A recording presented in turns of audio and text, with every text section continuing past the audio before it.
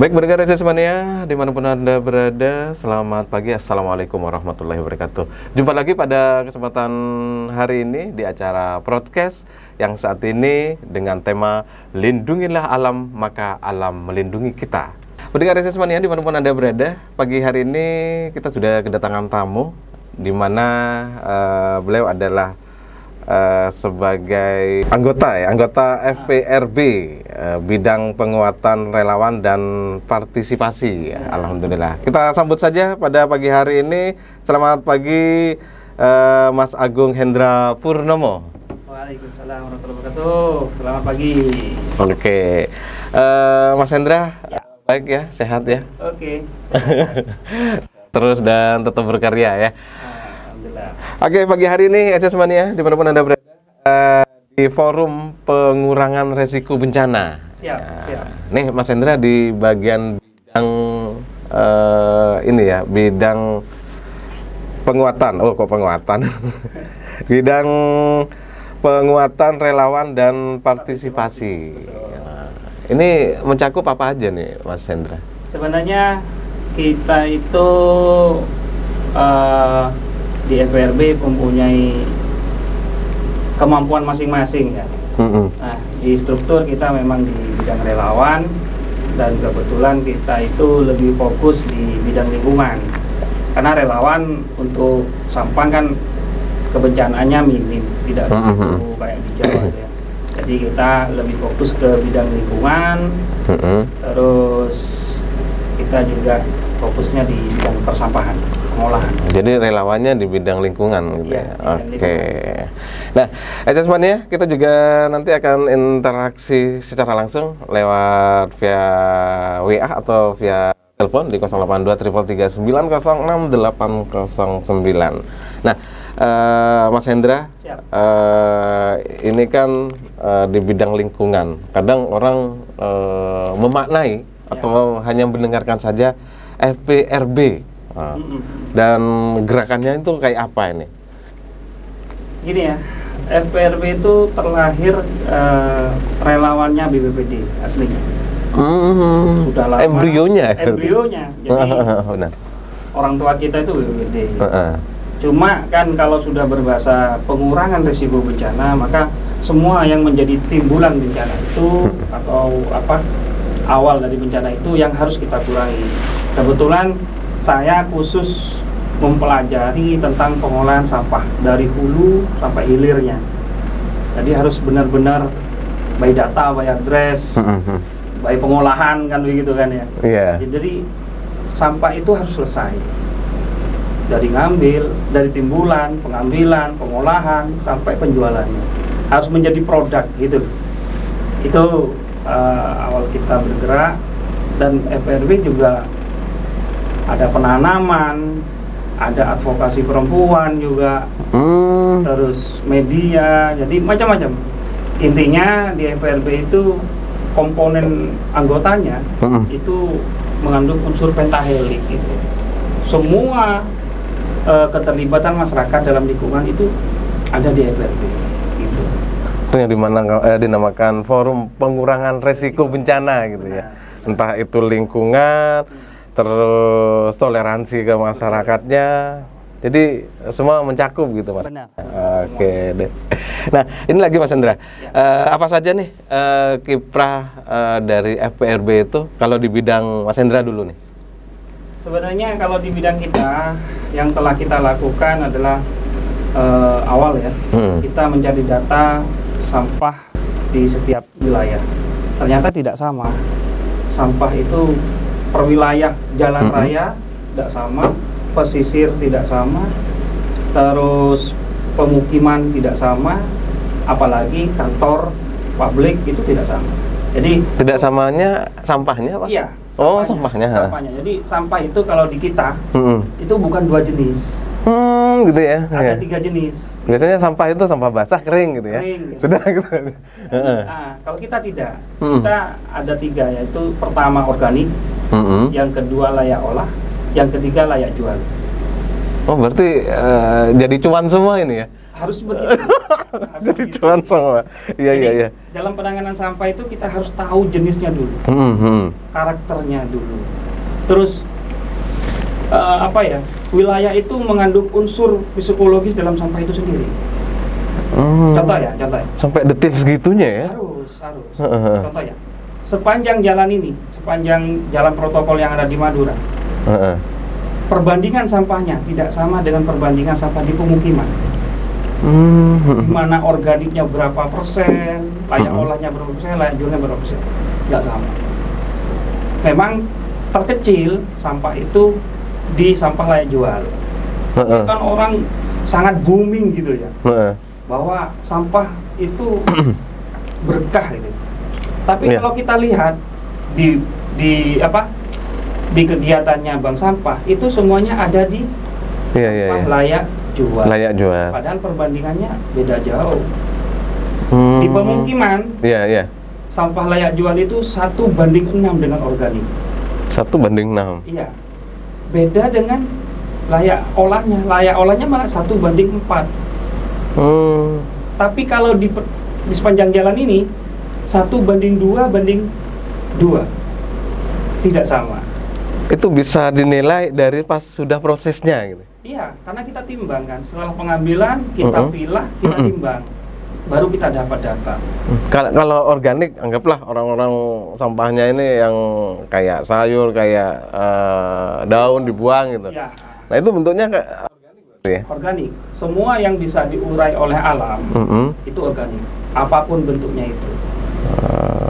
Gitu loh. Kalau yang 3 itu hasil bentuknya kayak apa, Mas Hendra? Kayak organik tuh hasilnya kayak apa? Terus yang turunannya ya. Turunannya. Kalau organik jelas kita arahkan ke media tanam, pupuk organik cair. Kita mau melangkah ke pakan ternak nanti. Jadi apabila teman-teman ada yang punya kegiatan ternak kayak ayam, itik, itu bisa nanti dari turunannya organik. Bisa. Makanya jangan bingung teman-teman dikala nggak punya uang tuh beli pakan, ngapain sulit? Pergi aja ke pasar gitu loh. Organiknya diambil. Ya kalau yang ngerti gitu ya. Iya, benar paling mudah itu. Orang mau ternak ayam tapi nggak mau beli pakan, oke, kita bimbing dia. Kiprahnya di situ ya FRB ya. Sampai segitunya. Jadi mengelola sampah yang memang notabene dari masyarakat itu adalah pandangan yang hanya sampah, buangan gitu. Itu bisa jadi cuan, bisa bermanfaat juga gitu ya. Oke deh, seru banget ini ya. Mungkin bisa dijelaskan nih Mas Hendra, mungkin dari masyarakat dan juga pemirsa di rumah bisa juga tidak sembarangan buang sampah ini. Jadi organik ini nanti jadi apa? Terus tadi yang sudah disempat disampaikan ada sampah layak jual, itu gimana nih Mas? Ya, seharusnya ya untuk membantu kinerja pemerintah paling mudah setiap RT, lingkungan RT ya, itu mempunyai tenaga kerja khusus dalam pengolahan sampah. Karena di pengolahan sampah itu jelas dalam lowongan pekerjaannya jelas. Nah, di situ kalau cuma 1 ton sampah itu bisa dikerjakan 2 orang saja, mengambil dan memilah. Itu cukup 2 orang saja. Nah, itu untuk 1 RT bisa diselesaikan RT itu sendiri. Tidak perlu menggunakan jasa bantuan DLH, gitu ya. Kenapa? Untuk mengurangi beban dari DLH sendiri sebenarnya. Coba bayangkan semua sampah yang ada di kota Sampang saja, ke DLH semua. Kewalahan DLH. Kewalahan benar-benar. Mereka cuma sempat bisa mengambil, cuma ngolahnya kapan? Berarti harus ada pengolahan seperti itu ya? Harus mandiri, dari setiap wilayah harus mandiri dong. Jangan sampai DLH terbebani dengan cara-cara kita yang membuang sampah yang notabene cuek gitu. Pengelolaan itu banyak memakan fasilitas, banyak memakan ini enggak? Oh enggak butuh. Kalau kami itu cukup sederhana ya pengolahannya. Kalau sampah organik kita punya gudang penampungan. Orang mengatakan menampung organik atau buang sampah organik itu menimbulkan bau. Bau ya. Kata siapa? Kita dari tahun 2020 nampung organik 5 ton lebih bos. Nggak ada sampah yang berbau itu. Karena apa? sampah organik sudah kita pisahkan dari plastik. Sehingga yang namanya air lindi itu sudah tidak sudah tidak tertampung dan uapnya itu sudah hilang. Kan masalah amonia kan kalau kalau sudah dibuka dari kreseknya, dari kemasannya, bau itu udah ada. Bayangkan kalau di rumah itu saya memilah sampah itu di depan rumah saya. Nggak bau ke tetangga-tetangga ya? Jangankan ke tetangga, di rumah saya nggak bau kok. Benar. Nah itu kan. Tapi kalau dia dibiarkan di dalam kemasannya, dia tetap bau. Jelas bau. Silakan boleh ditanya, ada beberapa kantor yang kita tangani dan itu gratis tanpa bayaran. Wah, luar biasa ya. Oke, nah ini lagi Mas Hendra, ini gimana pandangan dari FPRB terkait timbunan sampah yang melihat dari kemarin di TPA seperti itu yang memang harus pengolahannya harus bagaimana? Nih FPRB pernah bergerak atau pernah memberikan solusi nggak kepada atau ada mitra gitu loh sama pemerintah? Ya, pertama kita tanya dulu ya, sowan dulu ke DLA yang menjadi permasalahan mereka apa. Ternyata kesadaran dari masyarakat sebenarnya. Jangan sampai timbulan sampah itu yang disalahkan pemerintah. Jangan dulu. Yang menimbulkan sampah ini siapa? Ya benar. Kan begitu kan. Ya benar. Nah di situ kita coba memberikan solusi ya, versi kita bahwa lebih baik DLH itu membentuk bank sampah TPSR itu by RT, by RW. Gitu loh. Saat ini kan baik kelurahan masih ya? Iya, cuma jangan sampai mereka itu dimanja. Maksudnya dimanja itu membuat mereka tergantung sama kontribusi dari pemerintah. Pemerintah harus hadir, wajib memang di undang-undang seperti itu. Tetapi orang-orang yang dibina oleh pemerintah ini harus paham bahwa sampah ini menjadi nafkah buat mereka. Benar. Saya jujur ya, tidak punya sampah bingung saya bos. Nggak bisa dapat cuan gitu ya. Dapat cuan ya gitu. Orang-orang kan seneng kan? Seneng. Buang sampah alhamdulillah. Kalau saya bingung tuh, nggak ada sampah bingung. Bingung gitu ya. Soalnya bisa jadi cuan ya. Jelas. Kayak organan itu ini hitung-hitungannya jelas. Oh sekian kintal ya. Jelas ini perhitungannya. Iya. Kalau saya ya, kalau di FPRB begitu. Kalau orang-orang enggak buang satu kresek, syukur dia bersih rumahnya. Benar. Kan itu perbedaan kita. Iya. Jadi itu resikonya bisa jadi cuan gitu ya. Ya. Oke. Ini kalau sampah organik kalau 1 kuintal bisa jadi berapa pupuk ini? Ya tergantung dari apa ya. Kalau 1 kuintal kalau kita bungkus itu kan per 3 ya, per 3 kilo gitu ya. Sekitar 3 kuintalan gitu. Kalikan aja 5.000. 5.000, iya. Berapa kayak gitu? Manis ini, hasilnya manis gitu ya. Nah, ngomong-ngomong kita jangan terlalu ke cuan dulu nih ya. Ini kadang nanti sampahnya hilang nanti ini. Nah, melihat dari sampah-sampah yang ada di Kabupaten Sampang nih, karena FPRB sudah menyisir seluruh di daerah di Kabupaten Sampang dari perumahan, desa, semuanya. Ya. Nih, wilayah mana yang banyak terjadi penimbunan dan memang kurang bisa kondisikan. Sebenarnya di semua wilayah itu potensi timbulan sampah. Yang jelas aktivitas terbanyak itu di kota ya. Di kota. Kalau di setiap kecamatan itu ya di pasar, ya terus di perkantoran.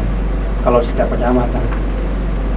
Kalau di sampah ini karena permukimannya padat, ada beberapa perumahan, selong, selong, begitu banyak kan. Nah, ini sebenarnya di setiap wilayah perumahan itu ditekankan seharusnya oleh pemerintah. Ditekankan ada pengelola mandirinya. Kan mereka punya tenaga kebersihan nih. Nah, itu diajak untuk mengelola mandiri. Terus produknya itu untuk warga itu sendiri. Kayak selong dulu ya. Benar. Selong, sampah organiknya per kita pengambilan 2 hari sekali kan waktu itu sekitar 4-5 kuintal. Setelah itu kita sebar lagi ke mereka. Setelah jadi media tanah, pupuk, kita sebar lagi ke mereka. Ini sampahnya jenengan, monggo silakan dipakai gitu kan. Pengelolaan itu FRB dapat apa gitu? Ya kita nggak dapat apa-apa. Gitu loh. Karena Hanya nolong aja ya? Kita waktu itu kan ada laporan dari warga, tolonglah ini ada permasalahan di sampah. Oke, langsung kita nggak butuh waktu lama, kita langsung terjun setelah sowan ke ketua RT, terjun, kita beritahu, kita edukasi Pak. Selama kami mampu, kami akan bantu. Cuma kan di situ seharusnya RT berpikir, seharusnya, oh cara pengelolaannya sudah di floor, sudah kita beritahu. Soalnya mereka kan ngajak warga di sana untuk ikut belajar itu, baru kita tinggal. Gitu. Seharusnya begitu. Tetapi saking keenakannya malingnya, akhirnya mereka terus saja mas, terus saja. Terus kapan kita pindah ke lain lokasi? Bener-bener. Pokoknya hasilnya dikirim gitu. Mungkin seperti itu ya. Gitu. Oke. Nah, Mas Hendra, ada pembelajaran khusus nggak untuk pengelolaan sampah dan agar masyarakat itu juga kesadaran itu, nah sampah ini kalau dibuang ini, kalau yang kering nanti jadinya seperti ini, kalau yang basah nih jadinya seperti ini. Ada sosialisasi seperti itu nggak FRB sendiri? Ya sebenarnya harus begitu ya, karena kita itu bergerak sesuai dengan keluhan masyarakat. Tetapi kita selalu memberikan edukasi kepada masyarakat. Kalau ada timbulan sampah, kita kasih edukasi di tempat gitu, dipilah di tempat, ditangani di tempat. Itu sebagai bentuk edukasi. Tapi kalau ada permintaan dari masyarakat, contohnya Selong, terus beberapa puskesmas di Ciringin dan Pengarengan, kita juga edukasi. Gitu. Nah, sebenarnya dari cara edukasi itu, kami berharap lembaga-lembaga atau pemukiman itu mandiri. Harapan kami seperti itu. Selama ini di beberapa wilayah ada yang sudah sama FPRB itu dikasih cara dan sampai sekarang tetap mandiri nggak? Nggak ada. Itu kendalanya apa nih Mas Hendra? Enakan malingnya. Oh gitu dah. Enakan mereka setelah kita bantu, mereka merasa nyaman biar FPRB yang nanganin gitu. Aduh. Nah ini salah repot ini. Ya, repot. SDM mungkin ya. Iya. Mungkin kendala di SDM. Jadi kayak di lembaga atau RT itu kami SDM-nya dapat dari mana Mas? Pastinya mudah sih. Iya. Kerja sampah itu tidak harus sampai 1 hari full, setengah hari cukup. Karena kondisi psikologis bagi pengolah sampah itu penting bos. Kalau kita sudah nggak mood ngolah sampah, mending sampai diem aja, dengarkan musik yang enak lah, dengarkan sholawatan yang enak. Baru setelah enak, mood sampai enak kerja. Karena yang kita hadapi itu bukan ribuan sampah bos, jutaan. Pikiran kita, terus tangan kita tuh bergerak terus tanpa henti untuk memilah sampah. Nah kalau kita psikologis kita sudah nggak mood, jadi bingung ya? Ya bingung. Makanya kan harus ada tim khusus yang benar-benar punya rasa keikhlasan dalam penanganan sampah ini.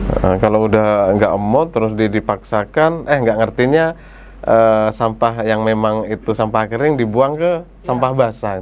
Kok dibuang di sampah basah? Kan basah ini. Karena basah gitu. Padahal plastik gitu ya. Jangan kan orang yang baru belajar ya, kayak saya aja. Kadang-kadang hilang pikiran itu. Iya. Kalau kita kerja, kok ada di sini nih, pungut lagi, dibongkar lagi, gitu kan? Seperti itu. Memang harus santai, harus benar-benar punya rasa kepedulian. Nah, menumbuhkan relawan-relawan seperti itu yang memang sulit.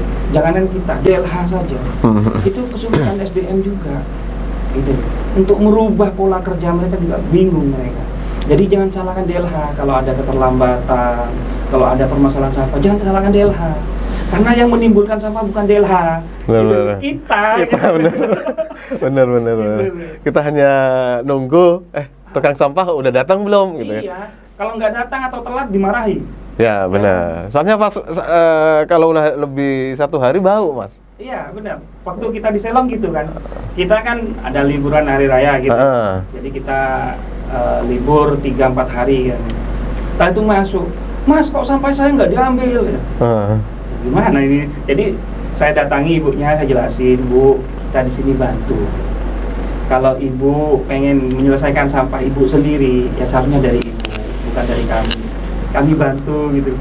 Baru mereka sadar, iya ya sampean bantu. Ya makanya Bu, jangan marah-marah dulu. Oke, Mas Hendra. Apalagi DLH yang setiap hari ketemu dengan orang seperti itu kan. Bayangin, terus kita ketemu dengan DLH marah-marah itu. Yang salah kita bos, mohon maaf gitu. Bukan mereka. Nah, Mas Hendra, kalau FPRB itu kan embrio dari BPBD. Ya. Nah, dan di bidang Mas Hendra karena bencana yang namanya sampah ini yang ditangani.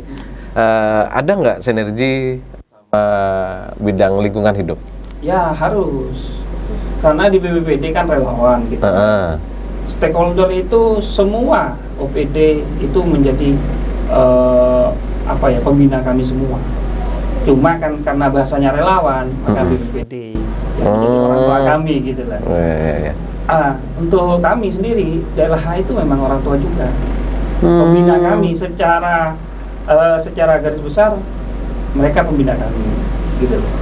Kolaborasinya dengan mereka, debatnya ya dengan mereka, diskusinya ya dengan mereka. Gitu. Selama ini bersama lingkungan hidup ini apa saja yang sudah FPRB sama yang sudah diterapkan untuk menanggulangi sampah ini, Mas? Yang pertama kita koordinasi bahwa kegiatan ini di FPRB ada. Yang kedua penanaman. Di bagian regulasi kita juga dengan DLH juga. Terus sekarang kita lagi bersama dengan Poltera lagi bersama untuk membuat alat untuk penanggulangan sampah yang layak olah itu tadi. Jadi layak olah ini kayak sebangsa kain, popok, itu yang sulit kan. Kita lagi tangani itu.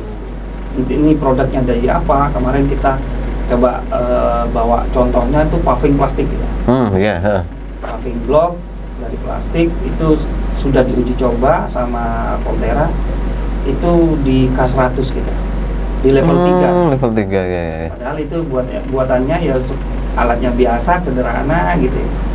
Cuma dicetak gitu aja, itu K100. Sudah capai berapa banyak nih? Belum. Belum. Karena kita masih alat itu harus ramah lingkungan. Kenapa? Alat itu ada sistem pembakaran. Yang bisa menimbulkan asap. Jangan sampai kita yang mengolah sampah ini malah menjadi korban dari asap itu sendiri kan. Itu malah lebih berbahaya. Oke, Mas Hendra, balik lagi nih Mas Hendra. Nah, kalau ngomongin masalah sampah nih ya, siapa yang harus bertanggung jawab nih dalam urusan sampah? Semua pihak, termasuk penimbul sampah ya. Penimbul sampah itu kita sendiri. Kalau berdasarkan undang-undang ya pemerintah juga kan gitu. Cuma kalau saya pribadi, semua pihak itu tetap menjadi penanggung jawab. Apalagi relawan ya, yang mempunyai jiwa relawan itu wajib gitu. Kalau menurut saya, karena mereka itu jiwanya melebihi orang biasa. Kepedulian terhadap alam itu melebihi orang biasa. Ketemu dengan sampah wajib ya. Harus punya rasa gitu loh. Iya. Kalau saya kan beda sudah berbahasa sampah menjadi energi kan gitu. Kalau nggak jelalatan lihat sampah beda level sudah level. Ya. Gitu kalau kita. Jadi Mas Hendra di FPRB harus juga punya generasi yang memang levelnya mungkin pemula, terus level 1, 2 gitu. Benar. Ya. Itu memang harus kita munculkan ya. Karena apa? Karena ini harus berjalan terus. Bergerak terus. FPRB ini harus bergerak terus. Apapun bentuk orangnya harus bergerak gitu. Iya. Nah, selama ini dari FPRB yang menanggulangi sampah itu berapa anggota sih, Mas? Masih saya saja. Oh, begitu. Masih seorang. Seorang gitu ya. Waduh. Ini tidak ada yang lain agar nanti juga bisa bantu Mas Hendra di relawan ini gitu. Bukan. Maksudnya begini, di FPRB itu relawan itu mempunyai bidang masing-masing. bidang masing-masing. Satu orang bidangnya apa, dia kerja itu. Kebetulan untuk bidang sampah itu memang saya yang minta. Karena Gitu saya ya. lihat teman-teman itu kan fokusnya di bidang masing-masing, terus sampah ini siapa sih yang ngelola? Nggak ada gitu ya. Karena saya coba masuk, jadi tahun 2020 saya tawarin ke ketua Mas Mama gitu ya. Mas, sampah ini biar saya yang belajar. Iya. Sampai ternyata saya malah kepincut di sampah terus. Cintanya di sampah malah. Cintanya di sampah ya. Benar. Oke. Nah, untuk menyadari dari selain dari pemerintah juga ada beberapa himbauan ke masyarakat tentang sampah. Sebagai relawan nih di FPRB di bidang sampah ini, Mas Hendra, ada nggak untuk bagaimana masyarakat itu juga peduli untuk sampah ini, Mas? Sebenarnya masyarakat itu saya gitu. Saya itu masyarakat. Kalau merubah, menyadarkan masyarakat itu bukan dengan slogan, bukan, tapi dengan motivasi. Motivasi saya waktu itu gimana ya saya biar sadar sampah gitu. Ada ke cuan gitu loh. Iya. Ubah cuan deh. Gitu. Iya. Kalau orang sudah berpikiran cuan berbeda sudah. Benar. Maka sampah kan dibawa pulang. Iya, benar. Bukan dibuang. Rebutan sampah ini. Iya. Coba bayangkan. Kita pengen punya kebun buah sendiri di rumah. Dari mana ayo? Media tanamnya, pupuknya. Kalau bukan dari sampah kita sendiri. Itu cara merubah motivasi kita. Kalau beli di luar 10.000 satu. Jelas. Nggak nyampe 1 kilo. Kalau cocok dengan kita. Iya. Cocok. Benar. Tapi kalau kita buat sendiri, ramuannya kita yang racik sendiri, tambah mantap, Bos. Apalagi kita punya lahan agak besar gitu ya. Kita akan punya perkebunan sendiri dengan sampah itu sendiri. Kan begitu. Iya. Kita pengen punya jalan gitu. Kita buat cetak paving sendiri dari sampah itu sendiri. Kita sendiri semua. Iya. Bayangkan gitu loh. Jadi kita nggak perlu payah-payah mengeluarkan duit yang notabene itu uang dibuang gitu loh. Benar. Kan seperti itu. Jadi motivasinya bukan slogan lagi. Percuma slogan selama regulasi tidak seperti Singapura. Kalau Singapura kan jelas. Naruh sampah, jangan buang. Naruh sampah di depan mejanya. Didatangi polisi, Bos. Didenda gitu ya. Denda. Kita buang enak, Bos. Gak usah noleh, buang. Bebas sudah. Apalagi ketemu dengan aliran sungai gitu ya. Bos, senang gitu ya. Surga ini. Bahaya luar biasa. Oke. Itu solusinya, Mas ya. Iya. Slogan sudah tidak butuh lagi, plakat, pamflet sudah nggak butuh. Tetapi motivasi, coba ajak masyarakat. Ini lucuan, ini lu uang gitu. Mereka akan berubah. Kalau udah pikirannya uang, wah sampah ini bisa jadi. Kadang mereka bener sih kalau sampah layak jual, memang langsung jadi uang gitu ya. Jelas. Tapi kan kadang gengsinya itu, mau dijual kemana gitu loh. Seperti itu. Ada solusi nggak kalau seperti itu, Mas Hendra? Nah, kalau di Sampang itu sudah ada sentra-sentra UKM yang memang benar membeli sampah itu. Banyak kan di Dua Pote ada, di belakangnya Laris, Laris ya, itu ada, Jalan Pasean itu ada, terus di Jalan Anyar itu, dekatnya Fatayat, kantor Fatayat itu ada. Jadi orang sudah ngumpulin, jual aja sih ke sana, pasti langsung mereka bayar. Gitu loh. Kalau layak jual paling mudah, cuma kan timbangannya, bobotnya itu kan ringan. Ya, nggak seberapa mungkin ya. Kita bawa 3 sak, kadang-kadang dapat 7.000, gitu, kecil gitu loh. Tapi kalau kita bisa olah semua, bayangkan 1 kintal sampah kita dengan bahasa 2.000 saja lah, kan 200.000. Iya, benar. Kalau 10 kintal kan 2 juta gitu. Iya. Kayak gini contohnya ya. Mas petani itu kesulitan pupuk kan gitu ya. Untuk tanamannya. Lah, pemerintah nggak apa ya? Bukan satu kali 2 kali edukasi petani gitu loh, untuk membuat pupuk mandiri. Karena petani itu komplit sudah, Bos. Mereka punya guguran daun ada. Terus celotong sapi ada. Tinggal diproses aja. Cuma ya itu kembali lagi kepada jiwa kita. Dikala kita tidak peduli, terus tanah kita ini selalu dikasih bahan kimia terus. Iya. Bunuh diri, Bos. Benar. Benar, petani ini bunuh diri menurut saya. Kenapa? Pemerintah, Dinas Pertanian itu berkali-kali mengedukasi masyarakat membuat pupuk mandiri. Maka kita nggak kesulitan. Coba bayangkan, kita buat pupuk padat 1 ton. Petani itu mudah, Bos. Sangat mudah. Mereka punya sendiri. Karena bahannya di area sendiri ya. Mereka sendiri gitu loh. 1 ton. Coba bayangkan mereka beli pupuk kimia dengan 1 ton, berat 1 ton. Berapa biayanya? Mungkin bisa diketuk tular kepada petani nih, Mas. Iya. Lewat Dinas Pertanian. Ini pekerjaannya radio nanti. Yang menjembatani nanti. Apalagi Dinas Peternakan. Pertanian, bidang peternakan. Kalau untuk pakan ternak, kesulitan pakan ternak, ayo kolaborasi. Maksudnya kolaborasi begini, duduk bersama, bisa enggak sih sampah ini jadi pakan ternak alternatif? Budidaya ikan, ayam, itik, sangat bisa lah. Benar-benar sangat bisa. Oke. Itu kan mudah kan? Benar sekali. Tadi itu motivasinya, jadi cuan lagi. Iya. Jadi orang-orang iya ya. Saya takutnya kapan-kapan ini malah dikapling ini. Sini wilayah saya, Torjun wilayah saya. Jadi bersih, nggak ada sampah nantinya ya. Oke, luar biasa ini. Dan mungkin saya minta dari Mas Hendra sebagai dari FPRB dan juga relawan yang juga bermitra dengan pemerintah, closing statement-nya ini tentang tema kali ini yaitu lindungilah alam maka alam melindungi kita. Baik, untuk pemirsa Suara Sampang, kalau Anda tidak punya pekerjaan, gampang, kelola sampah.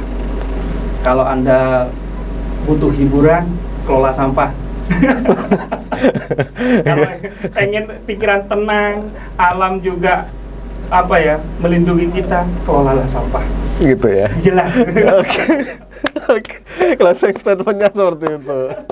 Oke, Mas Hendra, terima kasih banyak hadirnya di acara broadcast hebat pada hari ini. Mudah-mudahan tetap terus menjadi relawan yang bisa diharapkan untuk masyarakat, apalagi di Kabupaten Sampang yang hebat bermartabat. Dan assessment-nya sampai di sini dulu perjumpaan kita hari ini. Kembangkan ekonomi pariwisata, agribisnis dan industri.